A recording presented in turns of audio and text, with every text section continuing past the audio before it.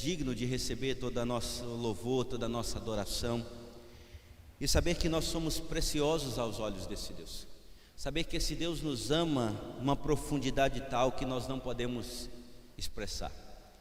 Em Cantares de Salomão, no capítulo 8, no versículo 7, diz assim, Salomão escrevendo para sua amada, ele diz assim: as muitas águas não poderiam apagar o amor, nem os rios afogá-lo.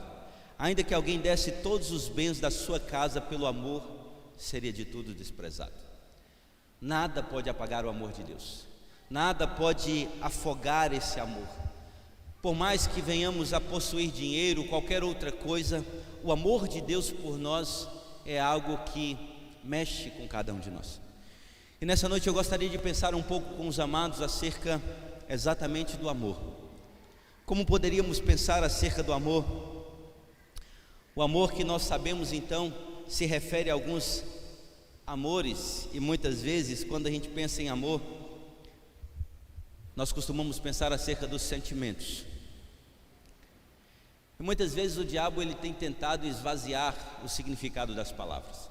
Ele tem tentado de certa forma fazer com que a nossa comunicação com Deus ela tenha ruídos, para que nós não possamos entender o real significado da palavra amor. E quando a gente pensa em amor, quero pensar com os irmãos e convidá-los a abrirem a palavra do Senhor em 1 Coríntios, no capítulo 13, um texto que todos nós conhecemos, mas em reverência à palavra de Deus, quero convidá-los a se colocar em pé para que possamos ler a Escritura.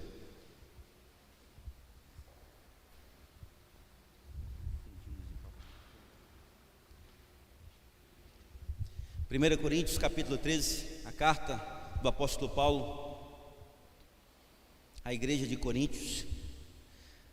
Todos acharam? Amém? Ou misericórdia? Amém? Está fraco, amém, né? Então vamos ler o texto, diz assim: ainda que eu fale as línguas dos homens e dos anjos, se não tiver amor, serei como o bronze que soa, ou como o símbolo que retine. Ainda que eu tenha o dom de profetizar e conheça todos os mistérios e toda a ciência, ainda que eu tenha tamanha fé a ponto de transportar montes, se não tiver amor, nada serei. E ainda que eu distribua todos os meus bens entre os pobres, e ainda que eu empregue o meu próprio corpo para ser queimado, se não tiver amor, nada disso me aproveitará. O amor é paciente, é benigno, o amor não arde em ciúmes, não se ufana, não se ensoberbece, não se conduz inconvenientemente, não procura os seus interesses, não se exaspera, não se ressente do mal, não se alegra com a injustiça, mas regozija-se com a verdade. Tudo sofre, tudo crê, tudo espera, tudo suporta. O amor jamais acaba, mas havendo profecias desaparecerão, havendo línguas cessarão, havendo ciência passará, porque em parte conhecemos e em parte profetizamos. Quando porém vier o que é perfeito, então o que é em parte será aniquilado. Quando eu era menino, falava como menino, sentia como menino, pensava como menino. Quando cheguei a ser homem, desisti das coisas próprias de menino, porque agora vemos como em espelho, obscuramente, então veremos face a face. Agora conheço em parte, então conhecerei como também sou conhecido. Agora pois permanecem a fé, a esperança e o amor. Estes três, porém, o maior destes é o amor. Curve a sua cabeça, vamos orar. Pai santo, Pai querido, Pai, nós queremos te agradecer, ó Pai, pelo privilégio que temos de estar na tua casa, sabendo, ó Pai querido, que o Senhor nos deu vida, nos deu saúde, que o Senhor nos presenteou, ó Pai, com a vida eterna em Cristo Jesus.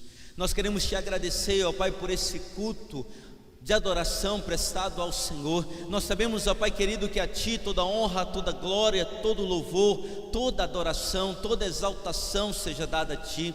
Eu te louvo, ó Pai, pelos louvores que já foram entoados aqui nessa noite. Eu te louvo, ó Pai, pela palavra que já foi lida aqui no Salmo 96. Eu te louvo, ó Pai, pela instrumentalidade dos Teus servos que estavam aqui, ó Pai querido, usando os instrumentos, usando a sua voz para poderem adorar ao Teu nome. E nós queremos colocar as nossas vidas nesse nesse momento em tuas mãos. Te pedir, ó Pai, que o Senhor venha nos desconectar com tudo aí afora, para que possamos esquecer das nossas preocupações, daquilo que muitas vezes tira a nossa paz, rouba a nossa alegria, e te pedir, ó Pai, que o Senhor nos conecte neste momento somente com o Senhor. Que o Teu Santo Espírito tenha livre acesso às nossas mentes, aos nossos corações. Que o Senhor possa falar profundamente com cada um de nós, individualmente, particularmente com cada um de nós, para que possamos ouvir exatamente aquilo que o Senhor tem a nos falar, aquilo que o Senhor tem a ministrar a cada coração. Em Teu doce nome, nós Te louvamos e nós Te agradecemos. E Te pedimos, ó Pai, eu Te peço, usa-me, ó Pai, como instrumento do Senhor. No nome que é sobre todo nome, no nome de Jesus, nós oramos agradecidos, amém e amém. Podeis assentar, amados. O amor. Eu sei que todos nós já ouvimos algo acerca do amor. Por certo, amor, irmãos, como o apóstolo Paulo descreve aqui, não é somente aquela emoção que os casais apaixonados sentem. Às vezes é comum as pessoas, quando estarem apaixonadas, dizem assim: quando eu fico perto do meu amado, da minha amada, eu me arrepio, eu sinto as batidas do meu coração acelerando. É como se a minha boca secasse. E eu sinto então aquela doce presença, aquela presença que alegra, aquela presença que nos enche, aquela presença que nos completa. Um casal de namorados, um casal de apaixonados, então, se referindo ao amor eros, ao amor sensual, é onde as pessoas então sentem esse amor, vivem por esse amor, e muitas vezes essa intensidade do amor, ela não é vivida em todo o tempo, até porque a paixão, alguns dizem que dura entre 18 meses a 3 anos. A paixão não é algo eterno. A paixão não é algo que dura a vida toda, mas nós sabemos então que aqui o apóstolo Paulo não está falando desse amor onde muitas vezes nós ficamos arrepiados, nós ficamos emotivos, nós olhamos para a pessoa amada e às vezes desejamos ardentemente aquele amor, ardentemente nos envolver em seus braços, abraçá-la e falar muitas vezes como Salomão: ó amada minha, ó preciosa minha, ó jardim fechado és tu, ó amada minha. Não é esse amor que o apóstolo Paulo está falando aqui. Não é esse amor que leva então a esse sentimento. O diabo muitas vezes tem tentado apagar de fato qual é o verdadeiro significado dessa palavra amor.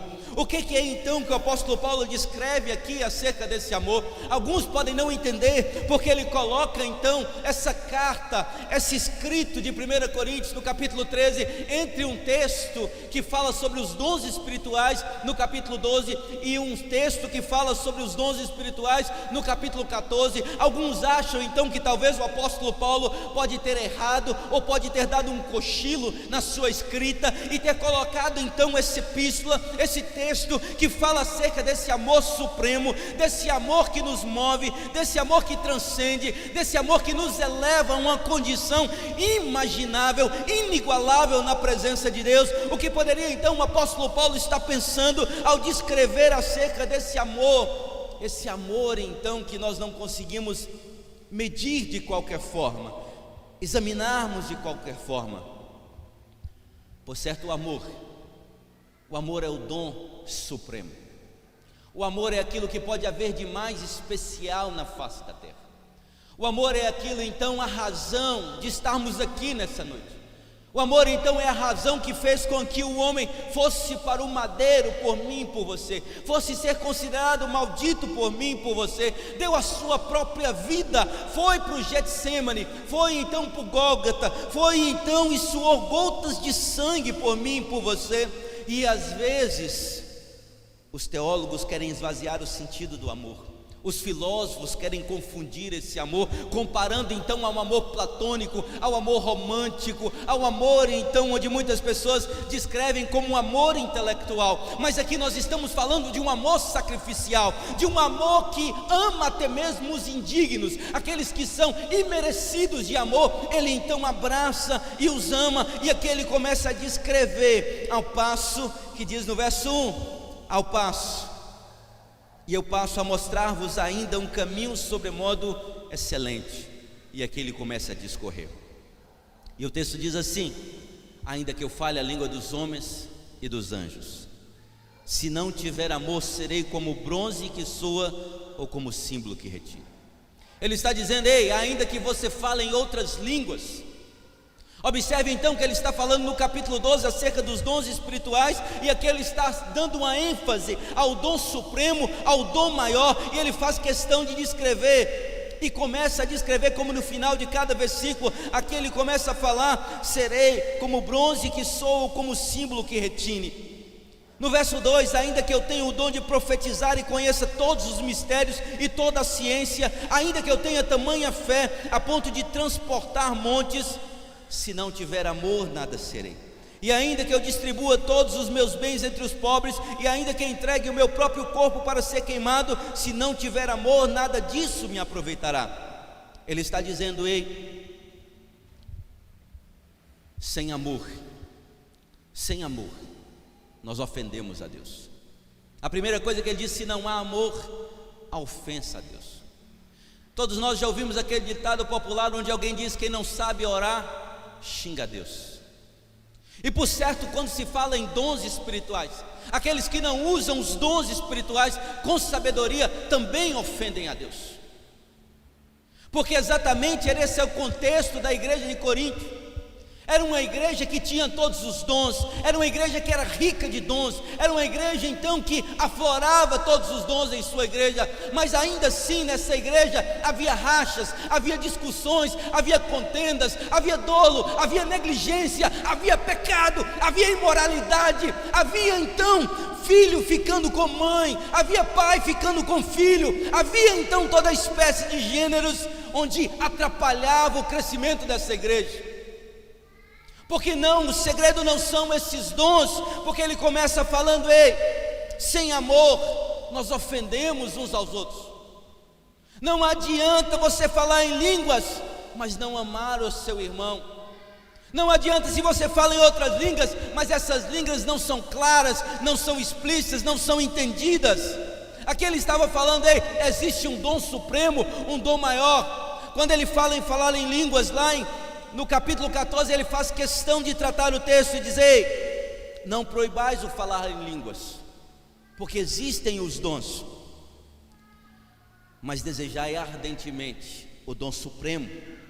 E esse dom, ele trata esse dom como o amor de Deus. E aí ele faz questão de tratar: sem amor eu ofendo aos outros. E aqui ele diz dos dons especificamente. Depois ele trata de um outro dom. No verso 2 ele diz: ainda que eu tenha o dom de profetizar, ainda que você profetize, ainda que você seja um excelente pregador, ainda que você tenha uma oratória de dar inveja a muita gente, ainda que você tenha o dom de toda a ciência, como ele diz aqui, de todos os mistérios, ainda que você seja capaz de profetizar, de pregar, de ter então discernimento no mundo espiritual, ainda que você tenha tamanha fé, como diz o texto, a ponto de transportar montes, ainda que exista um dom de curar, ainda que você tenha esse dom de curar, de profetizar, esse dom da fé, ainda assim, se não tiver amor, ele diz: ei, nada será. Nada. Então sem amor eu ofendo os outros, sem amor eu nada sou. Eu nada sou. É interessante que o apóstolo Paulo escreve uma igreja onde as pessoas costumavam adorar a deusa Cibele. A deusa Cibele então era comparada à deusa dos animais selvagens, ao deus Dionísio, que era comparado então ao deus da natureza. E quando ele escreve aqui, ele começa a dizer: se não tiver amor, serei como bronze que soa, ou como símbolo que retine. É porque naquela época o povo então usava aquele sino que muitas vezes perturba, incomoda as pessoas, e saía de rua em rua, de praça em praça, batendo aquele sino, para que o povo pudesse então vir adorar a esses falsos deuses. E aquilo incomodava as pessoas. Ele está dizendo: ei, ainda que você fale esses dons, você vai ofender os outros, você vai atrapalhar a comunhão dos outros. E aqui no versículo 4 ele começa a discorrer então o que é o amor. Quais são então as virtudes do amor? O O que o apóstolo Paulo quer nos mostrar através desse texto? Primeiro, que o amor é um dom supremo, o amor é o dom superior a todos os outros dons, e ainda assim esse amor, ele tem algumas virtudes, algumas marcas. No verso 4 ele diz: o amor é paciente, é benigno. O que amor é, o que o amor não é e o que o amor faz. A primeira coisa é que é o amor. O amor é paciente. O amor é aquele que age com paciência com os outros. Todos nós conhecemos pessoas que estão às vezes a ponto de se estourar. Tem pessoas que são como pólvora, só aguardando o momento para se irritar. São pessoas que estão a ponto, esperando qualquer palavra que você fale, para que possam então se estourar. Mas aqui ele diz: ei, o amor, a primeira coisa, o amor é paciente. É preciso ter paciência. Quem ama é paciente. Quem ama tem esse cuidado, tem esse zelo. Quem ama então, ele espera ao ponto máximo. Quando ele diz: ei, o amor é paciente, está dizendo que o amor, ele demora. Ele é paciente ao extremo. Ele não é aquela paciência que às vezes você diz não. Quando você diz vamos sair, não se refere a essa paciência. E aí você tem que esperar a mulher meia hora, uma hora, né, Rosinha? Rosinha está rindo ali. E a mulher vai para o quarto, vai se arrumar, vai se enfeitar. Não está falando dessa paciência. Está falando da paciência para se irar. Está falando então daquele amor que espera o momento certo, daquele amor que não reage quando as pessoas muitas vezes te dão uma cacetada. Ele está dizendo: ei, a única outra coisa, o amor é benigno, o amor é bom. O amor não trata mal aqueles que o tratam mal. O amor não fere aqueles que o ferem. O amor não machuca as pessoas que machucam. Ele está dizendo: ei, o amor é benigno. Esse amor, quando se refere a esse amor de Deus, esse amor ágape, é um amor bom, é um amor saudável, é um amor diferente daqueles que nós ouvimos por aí. As pessoas muitas vezes, é comum dizer eu te amo, de uma forma muito simples, quando desejam algo. E muitas vezes o diabo tenta diminuir o significado dessa palavra amor, quando nós nos referimos a Cristo, por julgar ser um mero amor, um amor qualquer, um amor onde muitas vezes nós olhamos e falamos: não foi bem assim. O amor é isso. O amor não é, como diz o texto, o amor não arde em ciúmes, não se ufana, não se ensoberbece. Uma outra coisa que ele está dizendo aqui, que esse amor não é aquele amor ciumento ao extremo. A pessoa que ama verdadeiramente é aquela pessoa que sabe, que conhece o outro, que tem intimidade com o outro. É aquela pessoa que não tem aquele medo terrível de perder o outro por achar que o outro é possessivo, é posse dele. Nós sabemos que tem pessoas que têm um ciúme tão grande que olham para a esposa e dizem: não, é minha. Eu te proíbo de falar com qualquer um, eu te proíbo de ir em tal lugar, eu te proíbo de fazer isso ou aquilo outro. Às vezes a mulher da mesma forma, ela olha para o marido e diz, e quer determinar onde ele vai, o que ele faz, que horas que chega, o que tem que fazer, com quem tem que relacionar. Aquele ciúme então doentio. Aqueles que amam verdadeiramente não vivem as suas vidas dessas formas, mas respeitam o outro. Sabem então que não podem, simplesmente pelo medo de perder o outro, serem então possessivos a esse extremo. E ele está dizendo: ei, o amor não arde em ciúmes. O amor não se ufana. Essa palavra se ufanar quer dizer não se enche. Não é aquela pessoa vaidosa, não é aquela pessoa cheia de si. Ele está dizendo, além de tudo, esse amor não é isso. Não é aquela pessoa que se acha superior à outra, que tem qualidades melhores e mais importantes do que o outro. Não é isso. Além de tudo, esse amor não se ensoberbece. Não é um amor então vaidoso, orgulhoso. Não é aquele amor então onde você às vezes quer só para você a pessoa amada. Não, é só meu e ninguém toca. Todos nós já vivemos experiências assim. Alguns já viveram experiências assim, onde às vezes o amado, o namorado quer proibir a outra pessoa de ter amizades como um todo, de se relacionar com qualquer outra pessoa. É claro que nós temos que observar com quem as pessoas andam, como fazem, como reagem, mas não a tal ponto de querer determinar todas as coisas, como se a pessoa não pudesse ter uma voz ativa, não tivesse consciência dos seus atos. O amor, ele precisa de cuidados. Não quer ler amor que só preocupa com a pessoa em si. É exatamente isso que o apóstolo Paulo está dizendo ao se tratar desse amor, esse amor que muitas vezes nós desconhecemos na integridade. Ele diz: ei, esse amor não se conduz inconvenientemente, ele não procura seus próprios interesses. Um outro detalhe que ele diz: ele não se exaspera. Quando se trata dessa palavra que exaspera, ele faz questão de dizer que esse amor, então, não é aquele amor colérico, não é aquele amor doentio, não é aquele amor enfurecido, não é aquele amor maledicente, não é aquele amor que trata mal o outro. Por isso que ele está dizendo: ei, esse amor não se exaspera.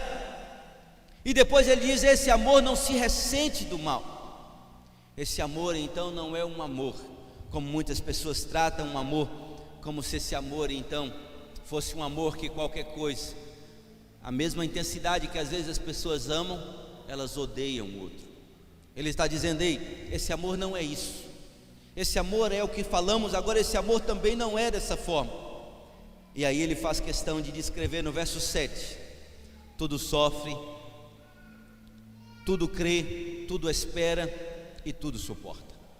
Observe então que o apóstolo Paulo agora ele faz questão de enfatizar. Ele então agora faz questão de frisar. Só a palavra tudo aqui aparece 4 vezes no mesmo versículo, onde ele faz questão de dizer: o amor tudo sofre, tudo crê, tudo espera e tudo suporta. Eu sei que tem pessoas, irmãos, às vezes dizem eu te amo, vivem muito tempo junto, mas basta uma enfermidade para largar o marido ou a esposa. Isso não é amor. Basta então uma doença e larga o outro. Basta então acontecer, então da pessoa sofrer algum tipo de acidente ou ficar numa situação difícil, e a pessoa diz: não, eu não te amo mais, eu não quero mais. Mas o apóstolo Paulo está dizendo aqui que esse amor tudo sofre. Esse amor é aquele amor que sofre pelo outro. Esse amor então se refere então, é claro, ao amor de Cristo. Mas quando se pensa nesse amor que nós conhecemos hoje, quantas pessoas estão dispostas a sofrer pelo outro? Quantos?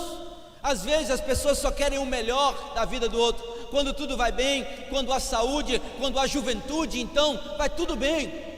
Quantos casamentos são desfeitos porque de repente o marido chega para a mulher e diz: ei, você já está velha demais para mim, vou arrumar outra. Tanto acontece com o homem como com a mulher. Acontece, não pensem que não acontece, mas ele está dizendo: ei, o amor verdadeiro tudo sofre, tudo crê. Esse amor verdadeiro tem confiança, ele tem credibilidade. O apóstolo Paulo aqui, nós sabemos que ele vai escrever a sua carta, e toda a carta aos Coríntios ele faz questão de frisar que o povo tinha dúvidas acerca do apostolado dele.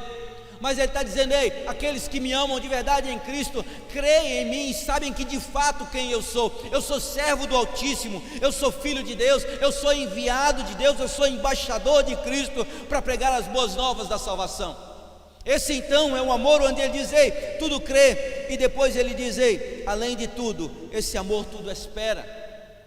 Quando nós pensamos no amor que tudo espera, nós acreditamos e nós sabemos que é um amor que tem planos, é um amor que tem sonhos, é um amor então que espera sempre o melhor do outro e nunca o pior do outro. É um amor onde acredita então que o outro vai superar os obstáculos. É um amor que vê o outro então numa possibilidade de mudança, numa vida de mudança, numa pessoa de atitude. Ele então espera algo do outro que os outros não veem. Esse amor. E uma outra coisa que ele faz questão de visar, além de tudo, esse amor é o amor que suporta todas as coisas, suporta tudo. Quando nós pensamos nesse amor, nós pensamos num amor então que é diferente. Esse amor então, o apóstolo Paulo faz questão de frisar que ele é superior, tanto em qualidade como em perenidade. É um amor que é superior nas suas qualidades. Sabe por quê? Quando o apóstolo Paulo começa então a dizer, o verso 8, ele vai dizer: o amor é o quê? Verso 8, ele diz: o amor jamais acaba. Esse amor jamais acaba. Então ele está dizendo que esse amor de Deus é um amor eterno. Diferente então do amor que nós conhecemos aqui na terra, porque esse amor aqui na terra, hoje amamos, amanhã não mais. Esse amor aqui, ele é passageiro, mas o amor verdadeiro, o amor de Cristo por nós, ele é eterno, ele é o amor que nunca vai acabar. Esse amor então que nós começamos aqui na presença de Cristo, é o amor que nós vamos desfrutar, a igreja gloriosa há de desfrutar, quando nós formos na eternidade e morarmos com Ele na eternidade. Esse é um amor que nunca acaba, é um amor perene, é um amor que permanece para todo sempre, diferente então desse amor que nós vivemos hoje aqui. Por isso que ele fala de duas qualidades. Primeiro, quando se refere aos dons, ele vai dizer o quê? Olha o que diz: mas havendo profecias desaparecerão, havendo línguas cessarão, havendo ciência passará.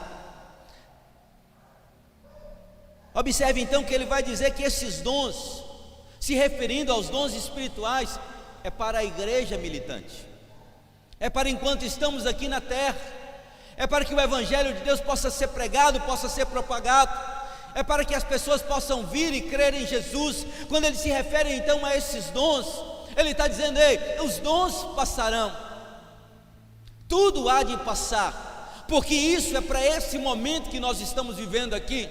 Mas uma coisa nós podemos ter certeza, no que se refere ao amor de Cristo, esse amor é eterno, esse amor jamais acabará, esse amor nós começaremos ele aqui, e nós completaremos ele na eternidade com Cristo Jesus. Por isso que ele está falando acerca desse amor. O apóstolo Paulo no verso 9 vai dizer: porque em parte conhecemos e em parte profetizamos. Quando porém vier o que é perfeito, então o que é em parte será aniquilado. Quando eu era menino, falava como menino, sentia como menino, pensava como menino. Quando cheguei a ser homem, desisti das coisas próprias de menino.